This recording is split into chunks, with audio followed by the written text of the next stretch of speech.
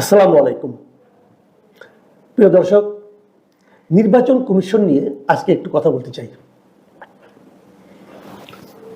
অন্তর্বর্তীকালীন সরকার গঠন হওয়ার পর তারা বেশ কয়েকটা সংস্কার কমিশন গঠন করেছে এবং তার মধ্যে একটা সংস্কার কমিশন ছিল নির্বাচন সংস্কার বিষয়ক একটা কমিটি। নির্বাচন ব্যবস্থার সংস্কার তারা করবে। তো নির্বাচন ব্যবস্থার মধ্যে কিন্তু কিভাবে নির্বাচন হবে, কোন নির্বাচন কখন হবে, তারপর নির্বাচন কমিশন কিভাবে গঠন করা হবে, এই সমস্ত নাম, নির্বাচন কমিশনের ক্ষমতা এখতিয়ার কি পরিমাণ হবে, এই সমস্ত অনেক কিছুই কিন্তু থাকবে। আমাদের নির্বাচন কমিশন গঠনের জন্য এখন যে প্রক্রিয়া গঠন করা হয়, এই প্রক্রিয়াটা শেখ হাসিনা গভর্নমেন্টের তৈরি করা। তারা একটা নিয়ম করেছে, প্রথমে একটা সার্চ কমিটি করবে। সেই সার্চ কমিটির তারা কিছু নামকে প্রস্তাব করবে, তার নাম আহ্বান করবে, বিভিন্ন জন নাম দিবে। তারপর সেখান থেকে তারা 10টা নাম পছন্দ করে রাষ্ট্রপতির কাছে উপস্থাপন করবে। রাষ্ট্রপতি সেখান থেকে 5 জনের নাম সিলেক্ট করবে এবং 5 জনের মধ্যে একজনকে রাষ্ট্রপতি প্রধান নির্বাচন কমিশনার করবেন আর বাদ বাকি 4 জনকে নির্বাচন কমিশনার করবেন। এই হলো নিয়মটা আওয়ামী লীগ আমলের করা এবং একটু তড়িঘড়ি করে এই কাজটা করা হয়েছিল। প্রথমবার যখন গত নির্বাচন কমিশন যখন হয়, এই যে হাবিবুল আওয়ালের নেতৃত্বে, তখন এরকম হয়েছিল।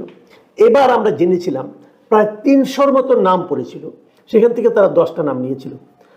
একটা প্রশ্ন, যেমন গতবার, এবার যিনি নির্বাচন ব্যবস্থার সংস্কার কমিশনের যিনি চেয়ারম্যান মিস্টার বদির আলম মজুমদার, তিনি কিন্তু আগের বার হাবিবুল আওয়াল কমিশনের যখন গঠন করা হয় তখন বলেছিলেন যে কোন নামগুলো মানুষ জমা দিয়েছে সেগুলো আমরা একটু দেখতে চাই, তাহলে আমরা একটা ধারণা করতে পারবো যে কারা কারা ছিল এবং কাদেরকে বাছা হলো এই মাঝখান থেকে।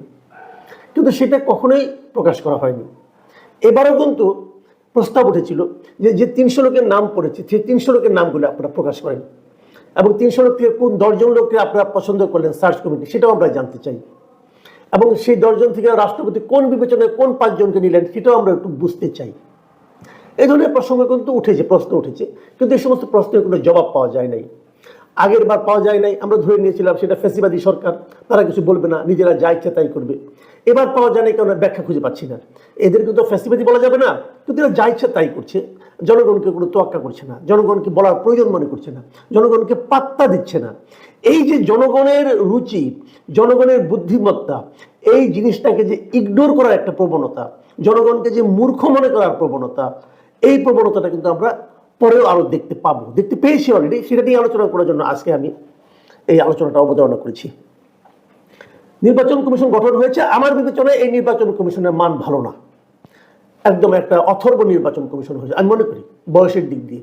অথবা এই কারণে নির্বাচন কমিশনার কে আপনারা শোনার চেষ্টা করুন। এখানে যে 5 জনকে নিয়োগ করা হয়েছে, 5 জনই অবসরপ্রাপ্ত ব্যক্তি। আমি অবসরপ্রাপ্ত ব্যক্তিদের দিয়ে নির্বাচন, আচ্ছা আপনারা একটা কথা বলেন, কে আমি আগে বলে নিই। প্রধান নির্বাচন কমিশনার হয়েছেন সাবেক সচিব, অবসরপ্রাপ্ত সচিব এম নাসির উদ্দিন। তারপরে আসলে আর কে আছেন, 4 জন নির্বাচন কমিশনের মধ্যে একজন হলেন সাবেক অতিরিক্ত সচিব মোহাম্মদ আনোয়ারুল ইসলাম সরকার, সাবেক জেলা ও দায়রা জজ আব্দুর রহমান মাসুদ, সাবেক যুগ্ম সচিব বেগম তাহমিদা আহমেদ এবং ব্রিগেডিয়ার জেনারেল অবসরপ্রাপ্ত আবুল ফজল মোহাম্মদ সানাউল্লাহ। আচ্ছা, এই লোকগুলিকে যার যার চাকরিতে, কেউ আর্মিতে ছিলেন, কেউ দায়রা জজ ছিলেন, কেউ আমলা ছিলেন, 2 জন আমলা ছিলেন, 3 জন আমলা ছিলেন, একজন সচিব, একজন অতিরিক্ত সচিব, একজন যুগ্ম সচিব। আচ্ছা, এরা সবাই অবসর পেল কেন? একটা কথা ভাবুন, অবসরটা কেন পায়, অবসর দেওয়া হয় কেন? এর মূল ফিলোসফিটা কি? মূল ফিলোসফিটা হলো যে তোমরা অনেক সরকারকে দিয়েছো, দেশকে দিয়েছো, তোমরা চাকরি করেছো, বাট তোমাদের এখন বয়স হয়ে গেছে, তোমাদের আগের মতো কর্মদক্ষতা আর নাই, বয়সজনিত কারণ, এটা সবারই হয়, বয়সজনিত কারণ নাই, অতএব তোমরা রেগুলার চাকরি করতে পারবে না, তোমরা এখন অবসরে যাও। তো যে লোকটাকে আপনি অবসরে পাঠিয়ে দিলেন, তাকে আবার তার চেয়েও গুরুত্বপূর্ণ দায়িত্বে নিয়ে আসা হয় কেন? নির্বাচন কমিশনের দায়িত্ব কিন্তু অনেক বড়। একজন সচিব, একজন অতিরিক্ত সচিব, একজন যুগ্ম সচিব, একজন জেলা দায়রা জজ, তারা যখন তাদের ওই দায়িত্বে থাকেন, যখন তারা পরিপূর্ণভাবে সক্ষম থাকেন শারীরিকভাবে, মানসিকভাবে, তখন তারা যে কাজ করেন তার চেয়ে কয়েক গুণ বেশি দায়িত্ব নিয়ে নির্বাচন কমিশনে বসতে হয়। তো যে লোকটা নাকি ওই আগের কাজটাই করতে পারছিল না, সচিব হিসেবে যিনি অবসরে গিয়েছেন, তাকে আবার এনে এখানে বসাতে হবে কেন? এই একটা ট্র্যাডিশন আমাদের এখানে চলে। এবং চলে বলে আমি মনে করি যে আমাদের নির্বাচন কমিশন যারা হন তারা যে অধিকাংশই মেরুদণ্ডহীন হয়ে থাকেন, এর প্রধান কারণ হলো তাদের মেরুদণ্ড আসলেই তো বয়সজনিত কারণেই ঝুঁকে পড়ে। বয়সজনিত কারণেই তারা একটু মেরুদণ্ড দুর্বল হয়ে যায়। তো তাদের কাছ থেকে আপনি কিভাবে সব কিছু আশা করবেন? বাট এই ট্র্যাডিশনটা আগের সরকার আমলে ছিল, এখনো তারা সেটাই ফলো করছে। যদিও এরা খুব বড় বড় কথা বলে এটা নাকি বিপ্লবী সরকার, এটা কোনো বিপ্লবী নমুনা আপনারা দেখাতে পারেন না, অন্ততপক্ষে ইলেকশন কমিশন গঠনের ব্যাপারে। আমি প্রথমে কি বলেছিলাম যে আমাদের জনগণের যে প্রজ্ঞা, জনগণের যে চিন্তা করার ক্ষমতা, জনগণের যে সিদ্ধান্ত নেওয়ার ক্ষমতা, সেটার ব্যাপারে আমাদের সরকারদের আসলে আস্থা নাই। তারা মনে করেন তাদের মতো করে না চললে, তাদের মতো করে না ভাবলে বোধহয় হবে না, জনগণের মধ্যে ভুল সিদ্ধান্ত নিয়ে ফেলাবে। তারা এই ধরনের একটা মানসিকতা পোষণ করেন। তারই একটা প্রকাশ আমি দেখলাম এই যে নতুন নির্বাচন কমিশন ওনারা গঠন করলেন, তাদের প্রথম দৃশ্যমান যে কাজটা, সেটা দেখে আমি অত্যন্ত হতাশ হয়েছি। এবং আমি মানে কি বলবো, ওই দিনই, যেদিন গত দুদিন আগের কথা, আমাকে আমার একজন সহকর্মী, একটা পত্রিকার মানে খুব সিনিয়র একজন কর্মকর্তা, সাংবাদিক, উনি আমাকে ফোন করে এই কথাটি বলছিলেন যে এটা কেন হচ্ছে। ঘটনাটা বলি আপনাকে। দুদিন আগে দেখবেন আপনারা বিভিন্ন পত্রিকায় একটা বড় ব্যাক পেজ, একটা বড় বিজ্ঞাপন এসেছে, প্রায় 1/4 বিজ্ঞাপন, এক পেজের। সেই বিজ্ঞাপনে কি বিজ্ঞাপন ছিল, বিজ্ঞাপনটা আপনারা দেখুন, এই ছিল সেই বিজ্ঞাপন। সেই বিজ্ঞাপনে কি বলা হয়েছে, একজন লোক চিন্তা করছে এভাবে, মাথার উপরে একটা প্রশ্নবোধক চিহ্ন, আর উপরে লেখা নির্বাচনে কাকে ভোট দিবেন, নির্বাচনে আপনি কাকে ভোট দিবেন, একটু ভাবুন। ভাবতে বলছি, আমি ভাবনাগুলি পড়ি।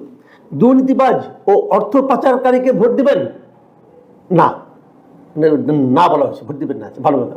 রাষ্ট্রীয় সম্পদ আত্মসাৎকারীকে ভোট দিবেন না। সন্ত্রাসী মাস্তান ও চাঁদাবাজকে ভোট দিবেন না। ভূমিদস্যুকে ভোট দিবেন না। অন্যায়কারীকে ভোট দিবেন না। তারপরে সবুজ কালিতে মানে সবুজ একটা বক্স করে সেখানে লেখা হয়েছে সৎ ও যোগ্য প্রার্থীকে ভোট দিবেন হ্যাঁ। তার নিচে লেখা নিজ উদ্যোগে সময় মতো ভোটার হন, নিজের পছন্দে ভোট দিন, সৎ ও যোগ্য প্রার্থীকে নির্বাচিত করুন। কে বিজ্ঞাপনটা দিয়েছেন? বাংলাদেশ নির্বাচন কমিশন। নির্বাচন কমিশন অর্থ ব্যয় করে এরকম একটা বিজ্ঞাপন দিয়েছেন। এখন এটা নিয়ে আমি 2-3টা প্রশ্ন করতে চাই যে এরা আসলে মানুষকে কি মনে করে? ভাই, এদেশের মানুষ কাকে ভোট দিবে তার ব্যাপার। নির্বাচন কমিশন কে? মানুষকে প্রভাবিত করা। নির্বাচন কমিশনকে আমাকে বলে দেবে আমি কাকে ভোট দেবো? আমি দুর্নীতিবাজকে ভোট দেবো কি দেবো না সেটা আমার ব্যাপার, আমি তো দেবোই না, কারণ দুর্নীতি হলে আমার লস। এইটুক আমি জনগণ বুঝবো না, আপনি আমাকে বুঝিয়ে দেবেন ভাই? আপনি বুঝিয়ে দেওয়ার কে? আপনাকে কি বুঝিয়ে দেওয়ার দায়িত্ব দেওয়া হয়েছে? নির্বাচন কমিশন তো প্রথমেই তার দায়িত্বের বাইরে চলে গেছে, তার এখতিয়ারের বাইরে চলে গেছে। তার তো জনগণকে কাকে ভোট দিতে হবে এটা বলার কোনো এখতিয়ারই নাই। ওনার এখতিয়ার হলো যে নির্বাচন জনগণ যাতে ঠিকমতো তার ভোটটা দিতে পারে, যাকে ইচ্ছা তাকে দিবে, সে যদি দিতে পারে সেই জিনিসটার ব্যবস্থা করা, সেই জিনিসটা নিশ্চিত করা, এটা হলো আপনার কাজ। আমি কাকে ভোট দেবো এটা আপনি বলে দিতে পারেন না। আপনারা তো বলবেন না এই দুর্নীতিবাজ, অর্থ পাচারকারী, রাষ্ট্রীয় সম্পদ আত্মসাৎকারী এদেরকে ভোট দেওয়া যাবে না। আচ্ছা, রাষ্ট্রীয় সম্পদ আত্মসাৎকারী আমি কি করে বুঝবো যে রাষ্ট্রীয় ক্ষমতায় যায়নি? যে দলটা কখনো রাষ্ট্রীয় ক্ষমতায় যায়নি তারা রাষ্ট্রীয় সম্পদ আত্মসাৎ করে কি করে না কি করে বুঝবো? এই অপশনটা ওরা এখানে কিভাবে দেন? কিন্তু এগুলো কিন্তু আপাত দৃষ্টিতে মনে হচ্ছে যে ঠিক আছে, ভালোই তো বলেছে, কিন্তু আসলে না, আসলে আমাদের একটা মতলব কাজ করছে। আমি মতলবটা বলার জন্য চেষ্টা করছি। প্রথমত, তারা ভোটারদের যে জ্ঞান বুদ্ধি সেটাকে তারা অবমূল্যায়ন করেছে, এটা তারা পায়, অপমান করেছে তারা জনগণকে, এটা তারা পারে না। যে কাজটা সবচেয়ে তারা খারাপ করেছে, নিচে যেটা লিখেছে যে সৎ ও যোগ্য প্রার্থীকে ভোট দিবেন। এই যে সৎ ও যোগ্য প্রার্থীকে ভোট দেওয়ার যে বিষয়টা, এটা কিন্তু আমাদের দেশের একটা রাজনৈতিক দলের স্লোগান। যারা বলে সৎ ও যোগ্য প্রার্থী তাদের দলে আছে, তারা এটা অনেকদিন ধরে এই স্লোগানটা দিচ্ছে। এটা জামাতে ইসলামের স্লোগান। তাহলে এই নির্বাচন কমিশনকে জামাতে ইসলামের পারপাস সার্ভ করতে আসছে? যখন এটা আমার মনে হওয়ার পর আমি ওনাদের চেহারার দিকে তাকাই, আপনারা ওনাদের চেহারাগুলো আরেকবার দেখাই আপনাদেরকে, তখন মনে হতে পারে হ্যাঁ, হতেও পারে এরা হয়তো জামাত ইসলামের পারপাস সার্ভ করতেছে। একদিকে ভোটারদের যোগ্যতার উপর তারা তাদের আস্থা রাখছে না, এই বিজ্ঞাপনের মাধ্যমে সেটাই প্রমাণ হচ্ছে। ভোটারদের চিন্তা করার ক্ষমতা তাকে তারা অপমান করেছে। দ্বিতীয়ত, তারা আমার বিবেচনায় প্রকারান্তরে একটা রাজনৈতিক দলের পক্ষে প্রচারণা চালিয়েছে। আমি মনে করি নির্বাচন কমিশন, বর্তমান নির্বাচন কমিশন সংবিধান লঙ্ঘন করেছেন। তারা যে শপথ নিয়েছেন তারা শপথ লঙ্ঘন করেছেন। প্রিয় দর্শক, আমার মনে হয় এ বিষয়ে আপনাদেরও চিন্তা করা উচিত। চিন্তা করুন, সিদ্ধান্ত নিন। এখন এ পর্যন্তই। আল্লাহ হাফিজ।